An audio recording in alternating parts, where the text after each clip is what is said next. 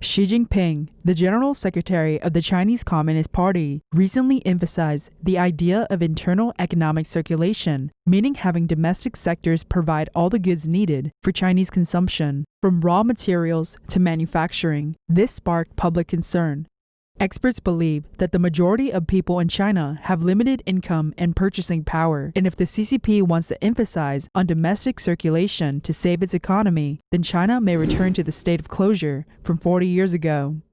On July 30th, Xi Jinping once again emphasized in the Politburo meeting that the economy will rely on the domestic market and focus on internal circulation to stabilize the economy in China. This is the third time in the last 2 months that Xi has mentioned it. Experts believe that Beijing is trying to use internal circulation as an antidote to the economic impasse in which the CCP finds itself. Ren Zhongdao, a researcher at Daily Motion, believes that while facing global sanctions and gradually becoming an isolated country, the CCP has no choice but to make a claim to deceive its people. In fact, it is going back to the state of closure. Since 1979, all Western countries have been supporting China and helping China develop economically. But all these countries have left China now because of the CCP's evil deeds.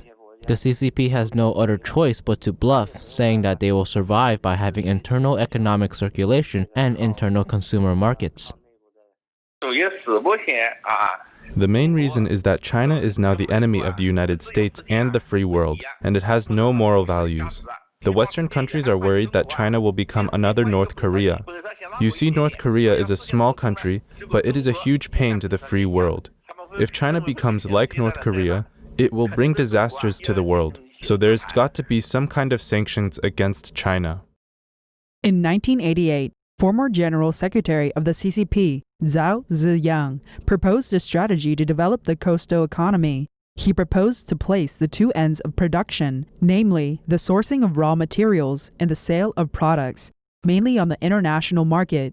It was also a good idea to expand the economic cycle from a domestic one to an international one by putting 100 to 200 million people from the coastal areas into the international market. At the end of 2001, with help from former U.S. President Bill Clinton, China joined the World Trade Organization and enjoys most favored nation status in international goods, services, and trade from all WTO members, which brought an economic boom to the CCP.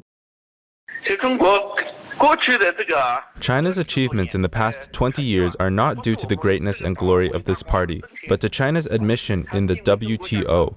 Global division of labor is involved in the factors of production of China's commodities. But as soon as China is sanctioned and when the sanctions become more severe, China's exports will plummet and its economic growth will be almost impossible.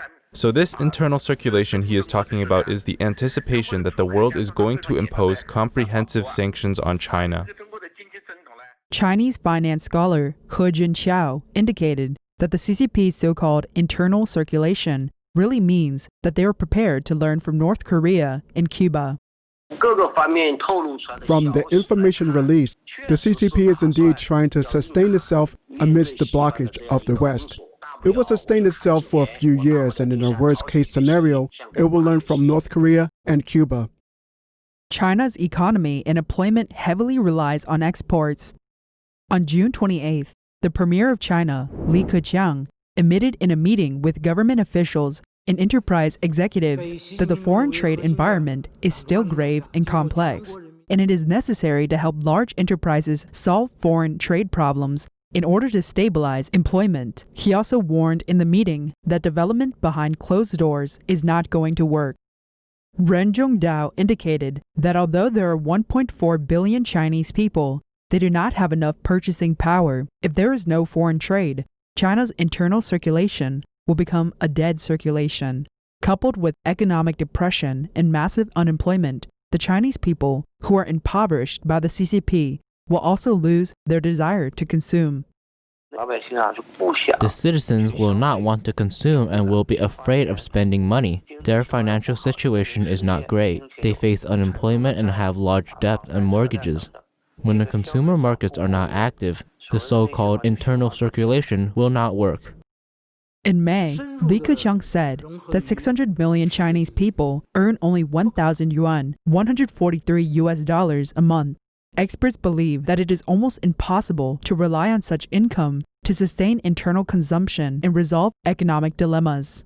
On July 31st, Agence France-Presse quoted an analysis saying that high-ranking CCP officials had no choice but to emphasize on internal economic circulation because the CCP is now facing the dilemma of decoupling. Lao Meng, a well-known finance blogger in China, wrote an article that the internal economic circulation would send China's economy back to 40 years ago overnight.